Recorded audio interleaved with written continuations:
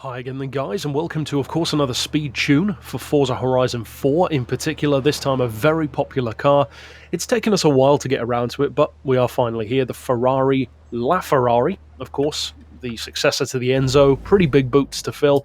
Now as far as the tuning goes, with something like a LaFerrari or a 918, Koenigsegg's, Hennessy Venoms, you've already got so much to work with that you don't necessarily see as big a jump in performance as you would if you're tuning up, say, a production car in a more regular sense.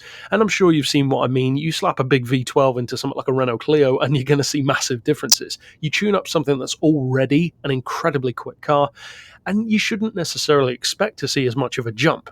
With that being said, the LaFerrari, much like the McLaren P1 and the 918 from Porsche, they offer such a brilliant all-round package, not just for straight-line speed, but critically for handling as well, which means that any kind of lack in top speed usually doesn't mean that much.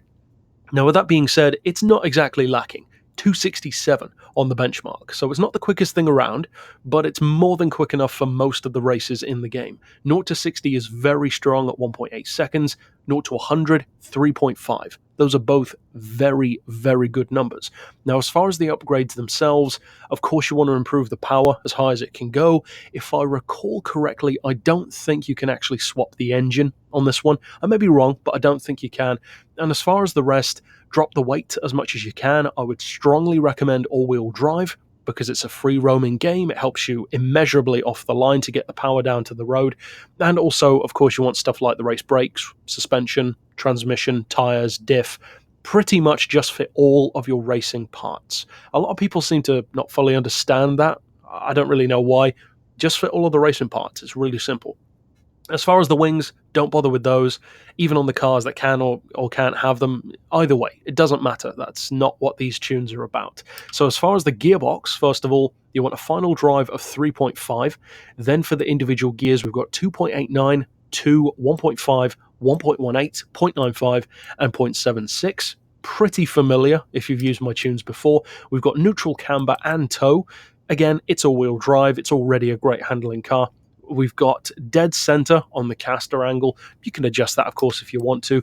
Anti-roll on 25 and 20, respectively. Springs on 75, 115, and the lowest ride height on the front and the back. For the dampers, we've got 8, 12, 4, and 5. Aero, of course, is not adjustable.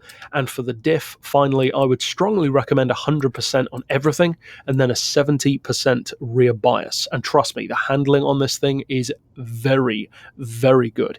With some cars, even supercars, they become much heavier when you fit them with all-wheel drive. This is not one of them.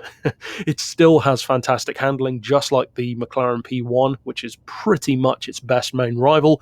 The Porsche's good as well, but I would argue not quite as good. And that might be controversial, but that's just my opinion. I think the McLaren and the Ferrari are pretty much perfect rivals. But that's it for the tune. You can grab it, of course, from my storefront. So use my gamer tag to find it. It's down in the description, or use the keywords that are down there as well, and just slap it on your car. Or, of course, you could follow this tune and change it up yourself. Either way, I hope you have a lot of fun with it, of course. But what you want to see is what can this car do in a race.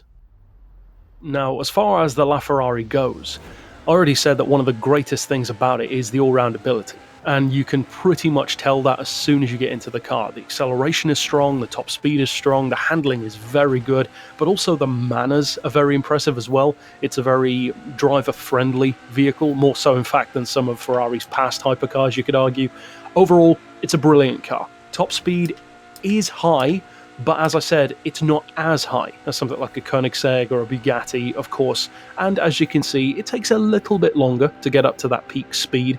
Above 250, it slows down a little bit as far as acceleration, and there's not a huge amount that you can do about that because that's the kind of supercar or hypercar that it is.